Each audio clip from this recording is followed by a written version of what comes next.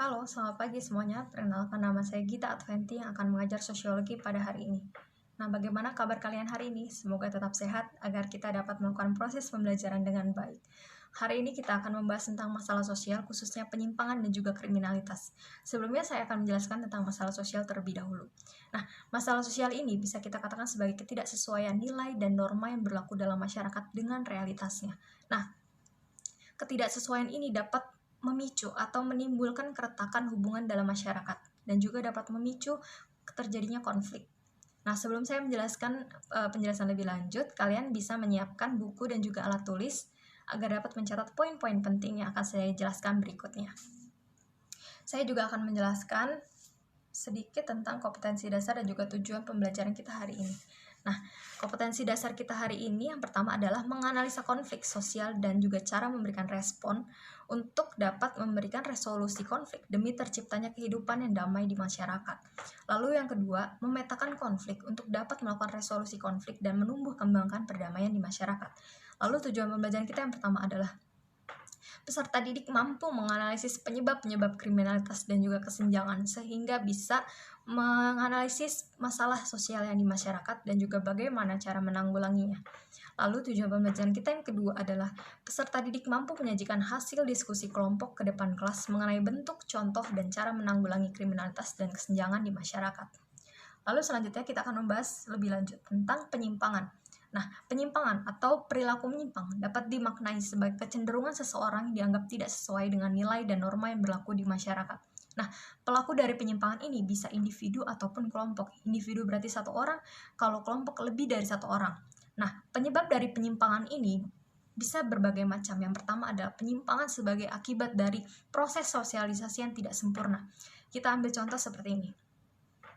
Seorang anak yang lahir dan tumbuh berkembang di tengah keluarga yang broken home. Orang tuanya tidak memberikan contoh kasih sayang ataupun cara menghormati orang lain. Orang tuanya seringkali melakukan KDRT di depan anaknya, sehingga secara tidak langsung anaknya menerima informasi. Secara tidak langsung ia menerima informasi tentang kekerasan yang dilakukan orang tuanya. Nah, hal itu berpotensi ia lakukan juga pada saat ia berada di tengah masyarakat atau dengan teman sebayanya. Nah, yang kedua, penyimpangan karena hasil proses sosialisasi subkebudayaan menyimpang.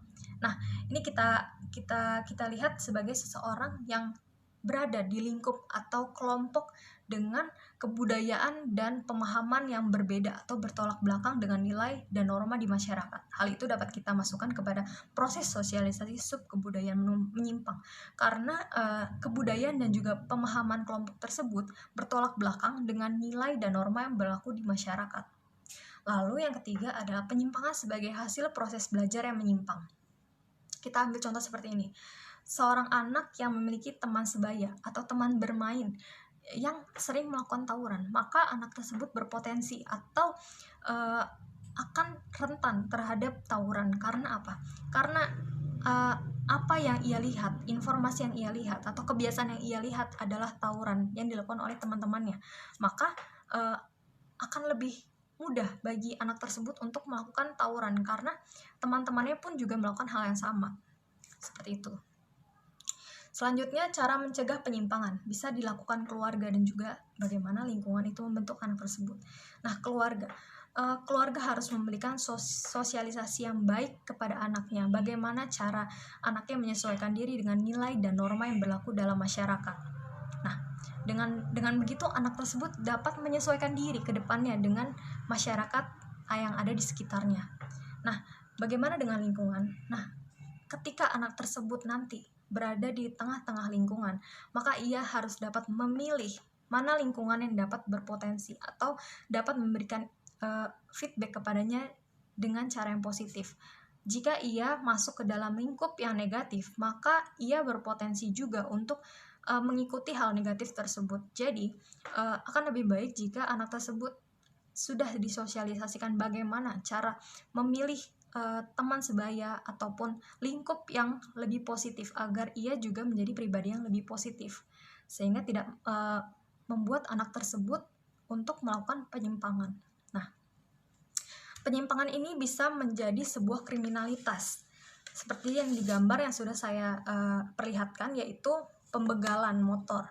Nah, kriminalitas itu sendiri bisa kita artikan sebagai tindakan yang dilakukan seseorang ataupun kelompok, individu ataupun kelompok yang melanggar hukum yang berlaku. Nah, seperti pada gambar itu digambarkan seorang pembegalan. Nah, itu berarti perilaku kedua orang itu melanggar hukum. Jadi hal-hal tersebut termasuk dalam kriminalitas. Selanjutnya, jenis kejahatan ada 3. Yang pertama white collar crime, yang kedua corporate crime, dan blue collar crime.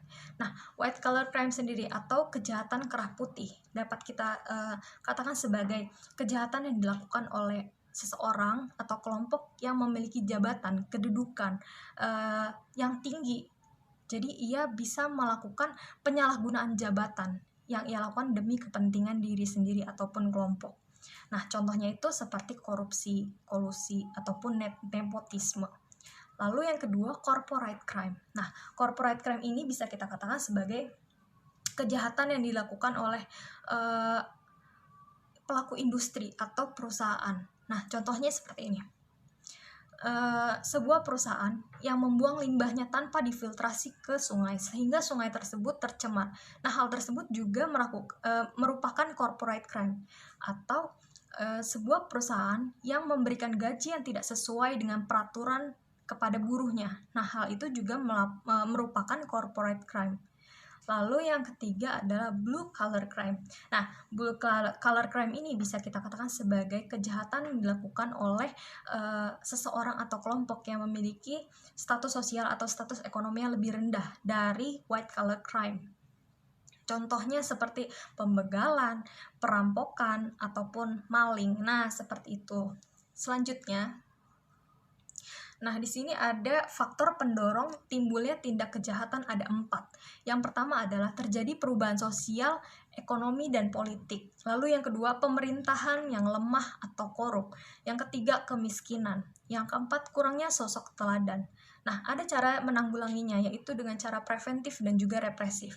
Bagaimana cara preventif? Preventif itu biasanya dilakukan sebelum terjadinya tindak kejahatan atau penyimpangan atau kriminalitas. Dan itu berupa himbauan atau nasihat yang dilakukan seseorang agar tidak melakukan tindak kejahatan. Nah, kalau represif biasanya dilakukan setelah kejahatan itu dilakukan atau kriminalitas itu dilakukan. Biasanya dengan cara yang lebih tegas dan juga lebih keras. Lalu selanjutnya kita akan melakukan kuis. Nah, kuisnya ini kita lakukan secara berkelompok, kelompok 1, 2, dan 3. Kemarin kita sudah membagi kelas menjadi 3 kelompok. Nah, menurut itu, nanti kita akan membagi kelompok 1 menjadi corporate crime, kelompok 2 menjadi white collar crime, dan kelompok 3 menjadi blue collar crime. Nah, kuis ini dilakukan dengan cara tarik garis lurus dari gambar yang sesuai dengan pernyataan di bawah ini. Nah, pernyataannya itu 3 yang tadi. Corporate crime, white collar crime, blue collar crime. Nah, kalau kalian tadi mendengarkan penjelasan saya, pasti kalian dapat menjawab kuis ini. Nah, nanti kuis ini kalian screenshot dan juga kirimkan ke email saya. Selanjutnya, nah, di sini kita punya kesenjangan sosial ekonomi.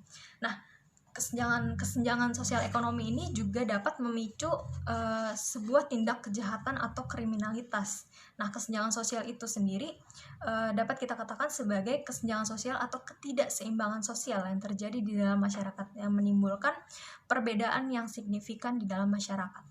Lalu, kesenjangan sosial ekonomi dapat kita sebut sebagai ketimpangan finansial yang disebabkan perbedaan pendapatan yang signifikan di tengah masyarakat. Seperti itu. Lalu selanjutnya, faktor penyebab kesenjangan sosial ekonomi itu ada 3, yaitu yang pertama menurunnya pendapatan per kapita sebagai akibat pertumbuhan penduduk namun tidak diimbangi dengan peningkatan produktivitas. Lalu yang kedua, ketidakmerataan pembangunan antar daerah. Lalu yang ketiga, ketidaksiapan sumber daya manusia akibat adanya sikap tradisional yang enggan berkompetensi. Lalu berikutnya, nah, kita akan melakukan uji kompetensi. Nah, dengan cara join Kahoot. Nah, di sini kalian caranya mudah. Kalian tinggal klik link yang sudah saya sertakan di dalam PPT ini, lalu kalian dapat selanjutnya menjawab soal-soal uji kompetensi yang sudah saya siapkan. Lalu kalian kirimkan ke email saya beserta kuis yang saya berikan tadi. Email saya adalah gita@gmail.com. Lalu setelah penjelasan yang sudah saya jelaskan hari ini, semoga dapat kalian terima dan juga kalian terapkan di kehidupan sehari-hari. Sekian pembelajaran hari ini. See you next day.